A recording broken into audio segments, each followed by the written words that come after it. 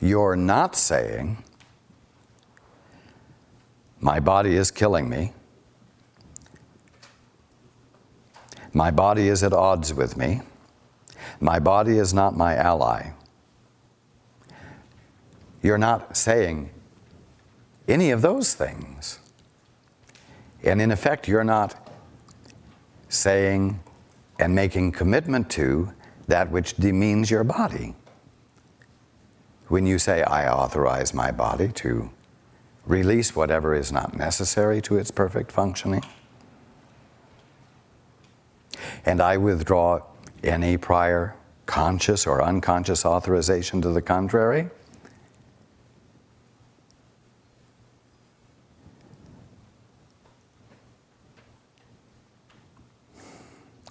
you are engaging in thoughts that are closer to the truth, that reflect more clearly the truth. And so, in that moment, you become less defensive, and the penetration of truth, the penetration of God's love, the penetration of the unconflicted perfection that God is being can occur. And then you say, I've had a healing. Again, you can make the mistake of saying, I'm a healer. My thoughts are powerful. I have somehow been given the gift to authorize physical transformation for the benefit of myself and maybe someone else. No. No personal, private, tiny, inside the bubble capacity has been exercised, nor has it caused anything. But you have become the absence of that which posits everything negative about your body.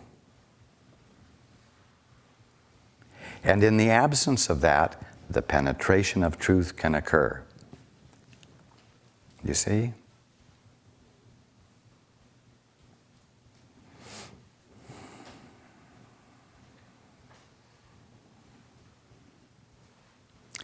When you make that statement, you're not thinking at odds with God.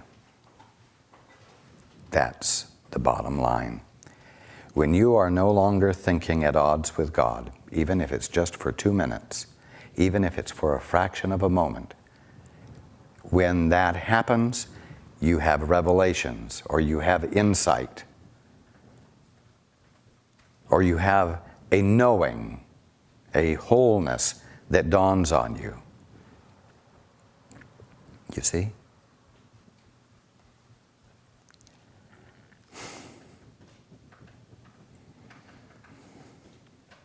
This is a teaching of not doing anything, you might say.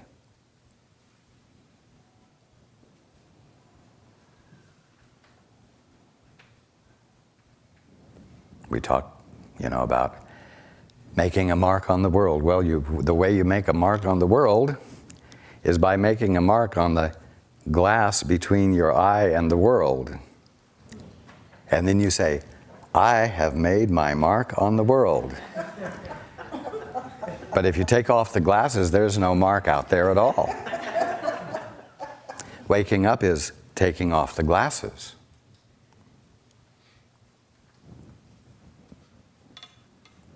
Or cleaning the transparency that's sitting between you and what you're experiencing.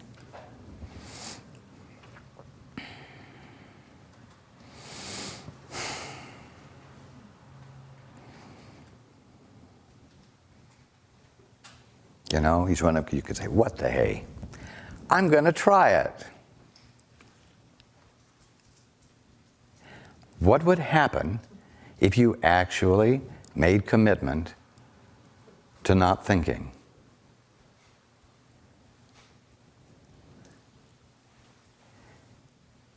Could things really be any worse than they already are?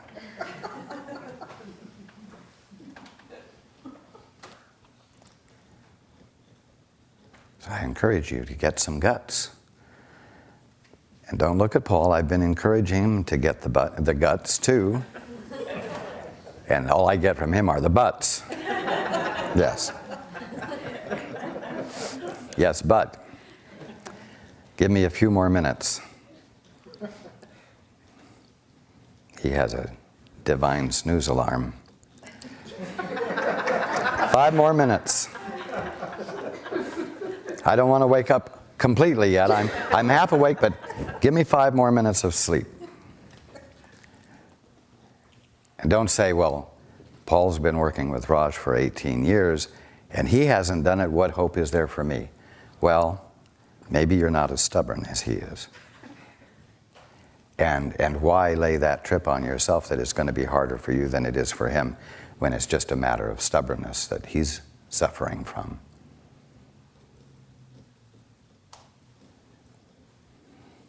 He's able to justify doing it for you, but he's not willing to justify doing it for himself all the time. That's okay. A mind that's changed against its will is of the same opinion still. So I'm not going to try to change his mind or your mind, but I will constantly provide him with, and I will constantly provide you with, a vocabulary that will allow you to do it, because you have a better vocabulary and one that allows you to think in a way that undoes your less desirable thinking processes that are binding you.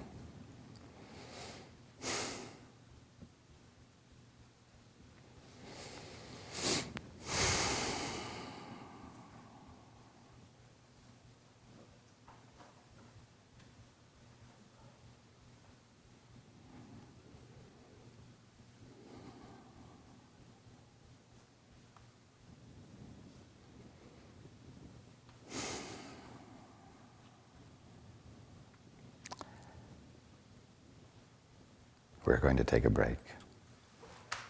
I love you.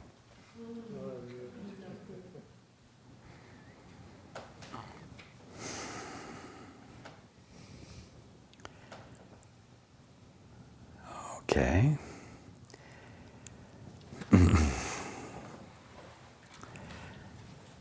Who has a question?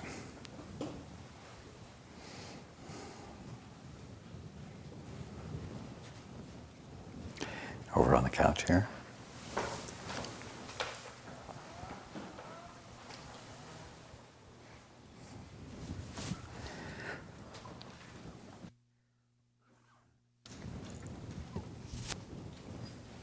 want to thank Paul and Sue, and I have no words that can convey my gratitude. And I thank every person here, every person who's ever come to a gathering, who's listened to a tape, their families, their pets. Truly, I thank... This is not the Academy Awards. This is my gratitude report. It opened something in me, and you did direct me last month to gratitude as a key for me. I wasn't unaware of it, but the shared gratitude has, and praise, and the shared vocal telling God how much I love the person I'm with, how much I care about them, has dissolved something that had stood between me and all you other wonderful people. It's called the veil. Yeah. And it is... You were speaking of...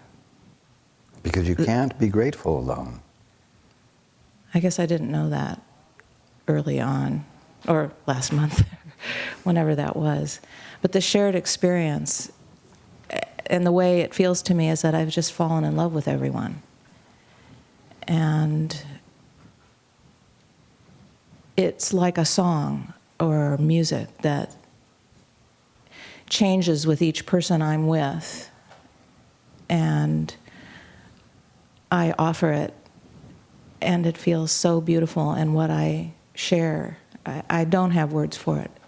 And I just, if it's an Academy Award speech, I should probably give the microphone away now. And I could go on, because there's times when I have so much gratitude, and it's so specific, and yet it isn't that I'm thinking of the gratitude, it's just kind of, it is pouring out of me. And I'm so grateful. Paul said one thing to me when he was channeling you, that you told him to tell me that you were in me as well. And that started something that I tried to avoid for a long time, but decided to stop avoiding it. And that was that I love you, Jesus, and I love our Father. Thank you so much. Thank you.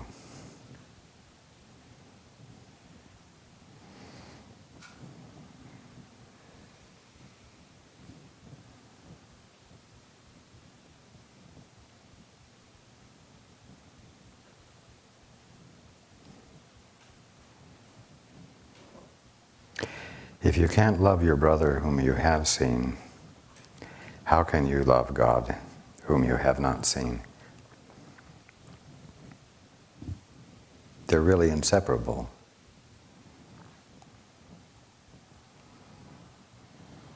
You can't do it one without the other.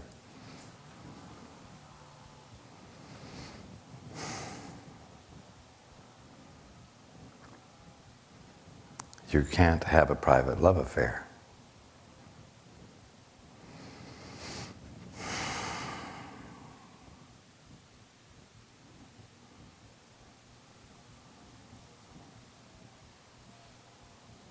You say, how do I get over being so gosh darn mad at so-and-so who's been an absolute fill in the blank? Well, if you can't find a way to love that one, then find a way to love God.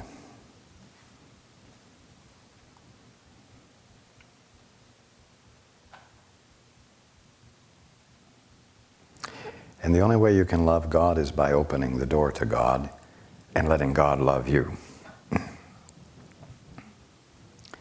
Then you'll have the love in you.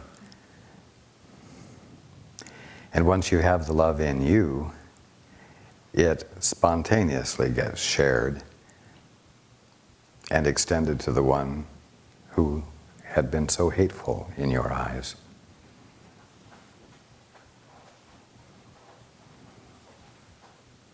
Or start with your brother or your sister whom you're having difficulty with, and dare to care enough dare to care enough to become still within yourself, to set aside the pleasure of anger, the satisfaction of feeling angry.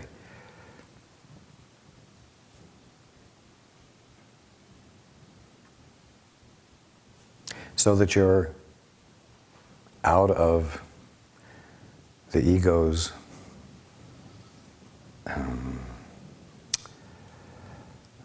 space, you might say, where in your peace you find you have the capacity to love in spite of what you perceive has been going on. And then choose that one from this place of peace as the object of your affection, as I've spoken with you before about.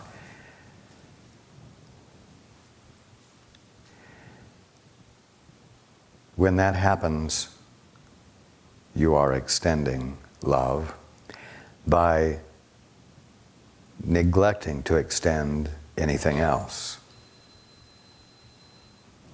And the bubble weakens, penetration occurs, and then you feel the love you were willing to extend, and it gets extended.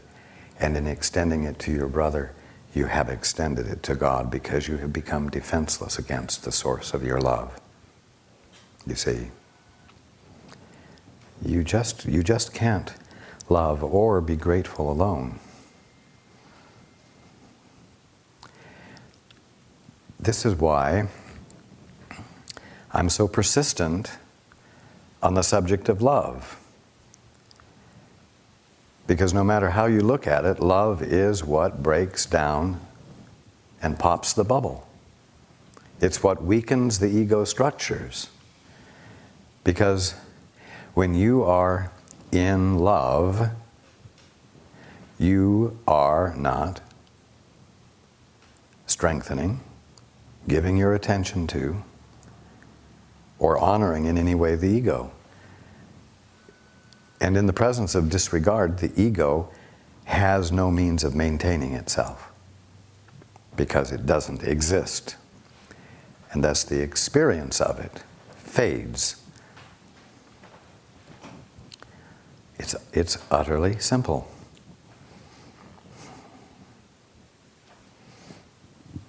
It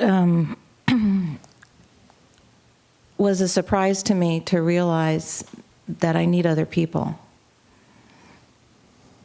But I need other people, and I need other people. I need others for this experience. And so I've gotten kind of, I don't know what the word is, but I offer myself to others. It pleases me in a kind of childish way, rather than holding myself back and waiting. And because that feeling is so satisfying and meaningful that it's like a drug. You have, you could say, I have a fingernail. I'm quite satisfied. And then you realize, oh, I need the other 9 too. Why? Because you have them. Because they're part of you. You need everyone else because they are part of the infinitude of you. And you have them. I put it this way so that your realization that you need other people doesn't somehow create in you a feeling of neediness. You don't need them because you don't have them. You need them because you have them, and they're part of you. And if you're not acknowledging them as part of you, you aren't experiencing your wholeness. That's why you need them, because you're whole, and they are part of your wholeness, and you are part of their wholeness. We are, for lack of better words, a brotherhood. We are family.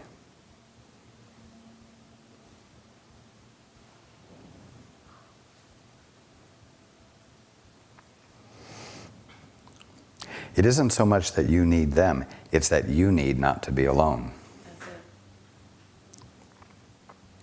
That's it. Because you're whole, you need not to be alone because you're whole, not a part. Not a part and not apart from the whole. It feels So, sweet. if you realize this, then you won't become clingy. Oh, I need you, I need you. I need not to be alone. And so I open myself up to the rest of myself. I open myself up to you. I need you because you are me. You see? Thank you.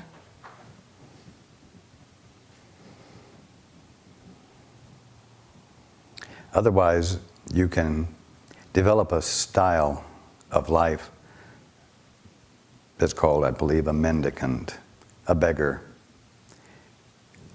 one who is in need. And ones who are in need suck, suck, suck. You see? To know that you need is important. It's more important to know that you need because you're whole.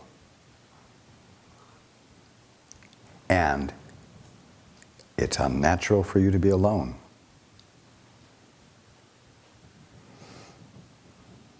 Thank you. You're welcome. Hands? The gentleman in the back?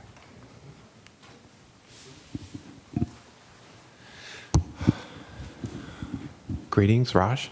Good afternoon. I'm beginning a business of, this is not a spiritual question, it's a mundane business thing. A little surfing toy. And I have a need of a space to produce this toy, a workshop, a space. And I've used venues, ads in the paper, asking everybody I know. I haven't found the space yet. The room or the... It's not time. Yeah, okay. So when it's time, it'll happen. You see, every movement that's in the flow of fulfillment includes within itself everything necessary for its fulfillment. So, either you can hustle and bustle around trying to create in your life an environment to do it in, or you can simply relax and watch for it to show up. And the latter is what I would suggest that you do, because it's the easiest and it's the most pleasurable, and it's the way in which you will have the opportunity to find out that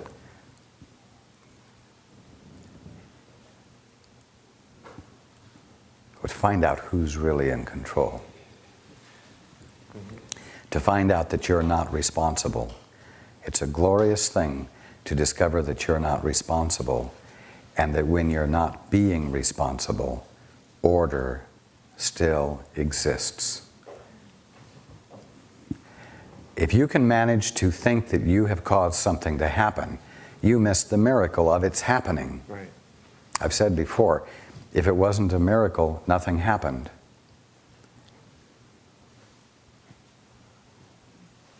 In other words, if something has happened, it's a miracle. And you're not a miracle maker, personally. Right.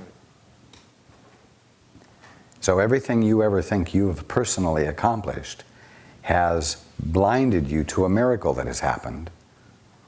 And you've been able to believe that you're living a human life that is not divine, in a place where nothing divine happens, because this isn't the kingdom of heaven. That's what you can believe if you think you're responsible, if you've been able to fool yourself into believing that.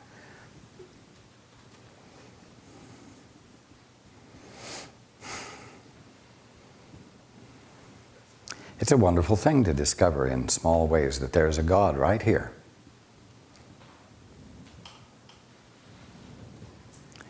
It's a wonderful thing to be looking through your transparencies where you were seeing the world when what was beyond the glasses was the kingdom of heaven. And to have a little spot emerge that's clear, and you discover the kingdom of heaven where you had been seeing the world, in other words, in the world. That's the way you discover there's a God. That's the way you discover that you're not in charge, weren't in charge, didn't need to be in charge, worried about how come you weren't successful at being in charge, blah, blah, blah.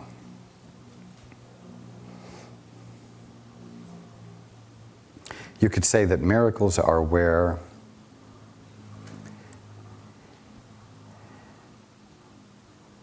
you neglect, miracles occur where you neglected to introduce a concept or a thought in between you and the kingdom of heaven. And as a result, you saw a little bit of the kingdom of heaven where you thought the world was.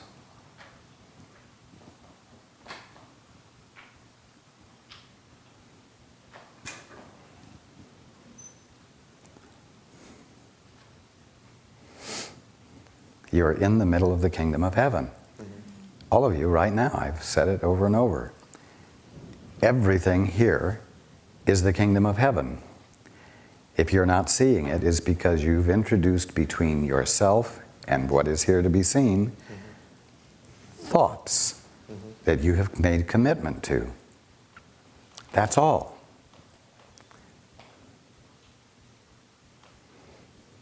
That's why I encourage all of you to be so gosh darn curious right where you are.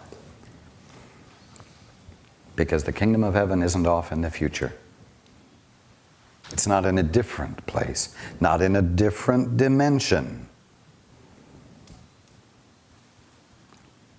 not on a different level of being.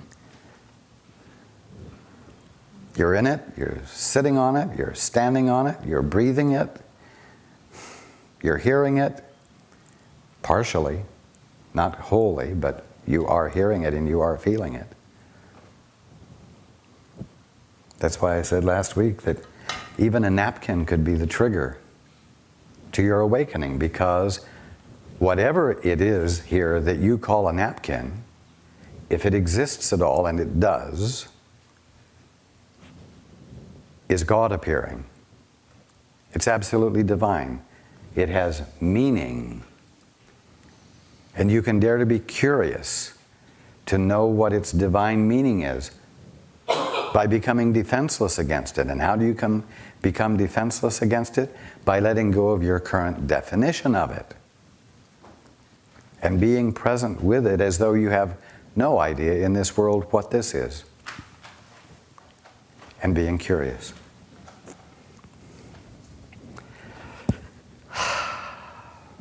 Thank you. It's always amazing to find out how the movement of a divine idea unfolds itself.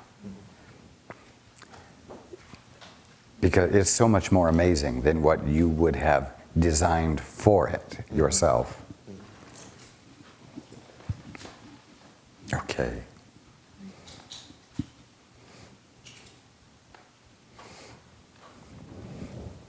Hands. And the lady here in the mauve. Yes.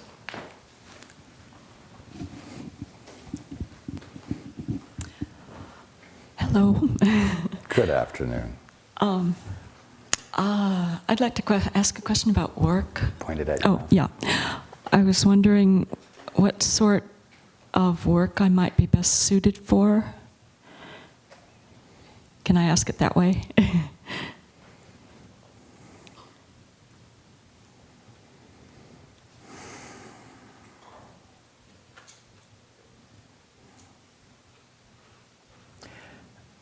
I'll put it in a general way. You're best suited for whatever kind of work you can put your heart into.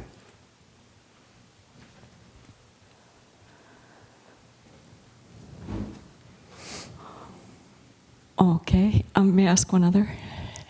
Certainly. It's about how to think about money.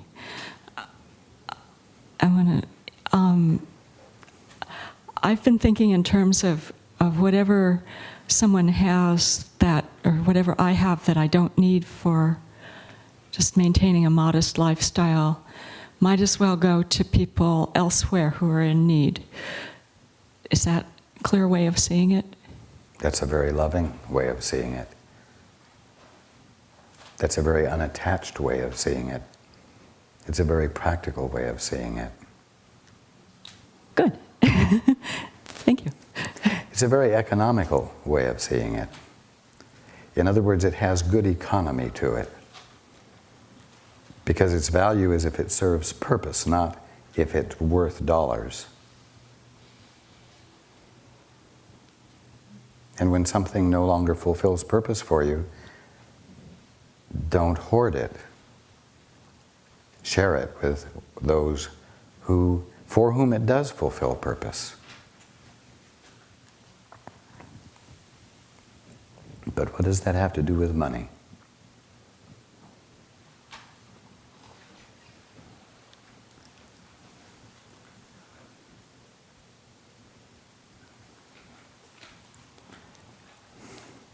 You said you had some questions about money, and then you talked about sharing things that you no longer have need of.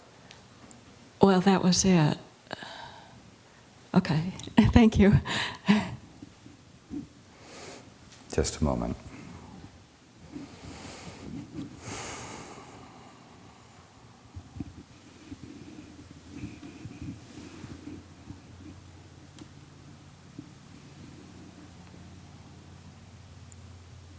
Every one of you, including you, has a gift to give. The gift you have to give is the genuine sharing of yourself. And each one of you has something of value to share. Each of you has to share something that is of value to someone else.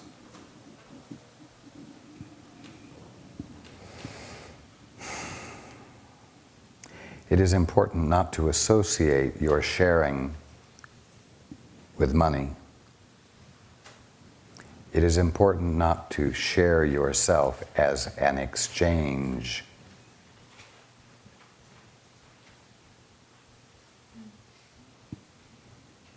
If you have something to share that you can put your love into, and it doesn't seem to be something that would generate much income, don't let that stop you. Because when you allow the flow of your love into expression, everything that's necessary to its fulfillment and yours will accompany it, will show up. Because your extending of love cannot deplete you, because you are love. That's why it doesn't need to be set up in a barter system or a paying system. I'll love you for $50 an hour.